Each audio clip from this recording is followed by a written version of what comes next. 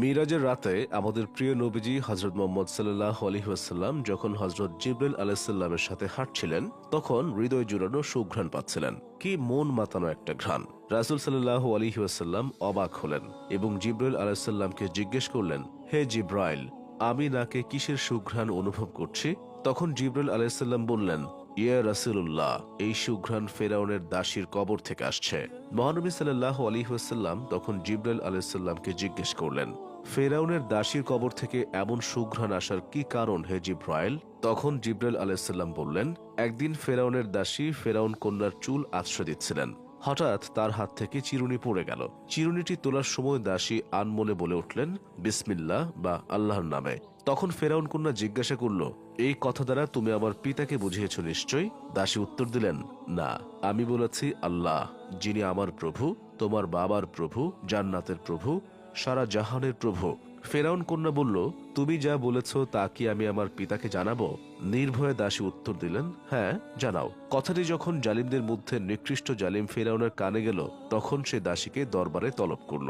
দাসী তার দরবারে গেলেন। তখন ফেরাউন তার উপদেষ্টাদের সাথে তার দরবারে বসা ছিল।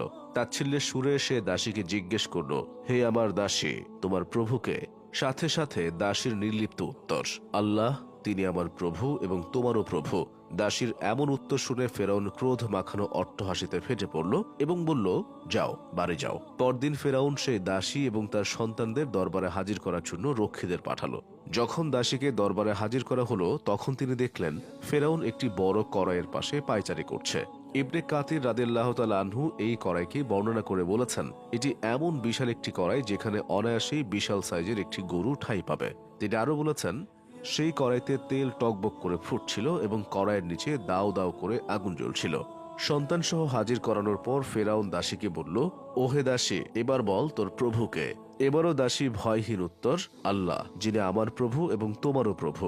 এ কথা শুনে ফেরাউনের আদেশে রক্ষীরা তার বড় সন্তানকে ফুটন্ত তেলে নিক্ষেপ করল। মা মা চিৎকার করতে করতে দাসীর ছেলেটি উত্তপ্ত তেলে নিমিষেই গলে গেল।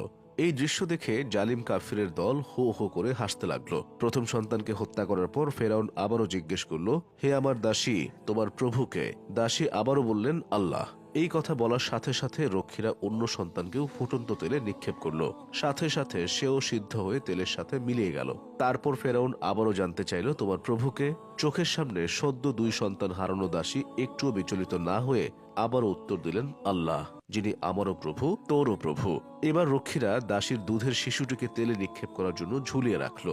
ঠিক তখনই দেখা গেল আল্লাহর কুদরত। ছোট্ট শিশুটি বলে উঠল, চিন্তা করো না মা, আমরা জান্নাতে আছি।